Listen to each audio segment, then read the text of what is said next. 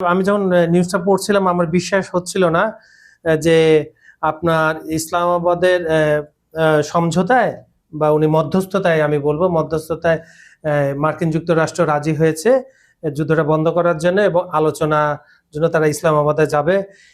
এই যে 40 দিন ধরে এই যে ক্যাবাসটা হলো, যুদ্ধটা হলো, চাপিয়ে দেওয়া হলো, হঠাৎ করে আমেরিকার কি হলো যে তারা তড়িঘড়ি করে গতকাল রাতেই আপনারা জানেন যে ভালো করে একটা সভ্যতাকে ধ্বংস করে দেওয়ার মতো দুনিয়ার হাবি জাবি যে ধরনের কথা উনি বলা দরকার তার ট্রুথ সোশ্যালে বলা শুরু করলো। এরপরে সারা বিশ্বব্যাপী নিন্দার ঝড়ও উঠলো। পরে দেখলাম যে কালকে আবার বললো যে 2 সপ্তাহ আমি সময় দিয়েছি ইরানকে, আর সর্বশেষ তো এই আলোচনা। এই আলোচনাটা কিভাবে আসলো, পাকিস্তান কিভাবে অনুঘটক হলো, পুরো বিষয়টি একটু সংক্ষেপে আমাদের দর্শকদের। আসলে আমি আগেই বলেছিলাম ব্যক্তিগতভাবে যে ট্রাম্প যা মুখে বলে বাস্তবে তার ঘটনাটা হয় উল্টো।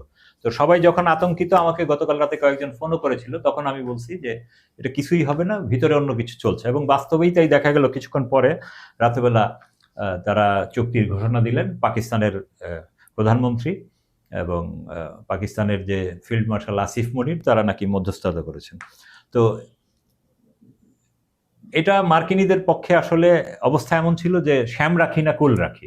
একদিকে তার ইসরায়েলকে ঠিক রাখতে হয়, আবার আরেকদিকে নিজের ইজ্জতও ঠিক রাখতে হয়।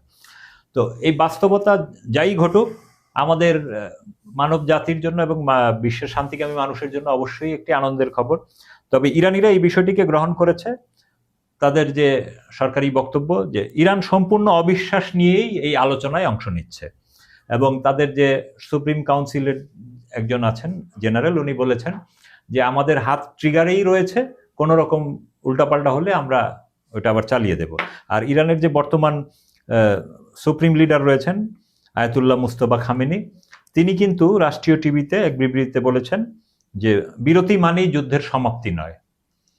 আবার ওইদিকে রাশিয়া এবং চীনের পক্ষ থেকেও বলা হয়েছে যে আসলে এই শান্তি চুক্তি মানে ইরানের বিজয়। তার কারণ হিসেবে তারা বলছেন ইরান একদম যুদ্ধ শুরুর আগেই এই 10 দফা দিয়েছিল, এটাকে 3 দফায় আমেরিকানরা ডিনাই করেছে, আবার এখন সেইটাই মেনে নিয়ে তাদের আলোচনায় বসতে হচ্ছে। মার্কিনীদের কোনো চুক্তি মানেনি। এবং পাকিস্তানের যে প্রধানমন্ত্রী, উনি যখন এটা টুইট করেন, ওই ট্রাম্পের পাঠানো এই ড্রাফটই উনি ফাট করে টুইট করে দিয়েছিলেন। পরে 1 ঘন্টা পরে আবার যখন নজরে পড়েছে তখন সরায় আবার তার উপরে তার নাম দিয়ে এটা টুইট করেছে। এবং আপনি শিকাগো বিশ্ববিদ্যালয়ের একজন প্রফেসর রবার্ট পেপ, ইনি বলেছেন যে এটি মার্কিন যুক্তরাষ্ট্রের কৌশলগত ব্যর্থতা এবং ভিয়েতনাম যুদ্ধের পরে সবচেয়ে বড় পরাজয়। একই সাথে ইরানের চতুর্থ উদীয়মান বৈশ্বিক শক্তি হিসাবে উত্থানকে নির্দেশ করে।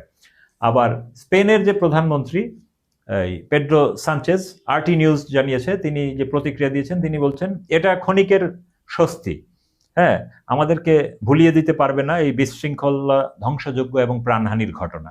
তার মানে সব জায়গায় কিন্তু ইরানের বিজয়কেই বিজয় হিসেবে স্বীকৃতি দিচ্ছে।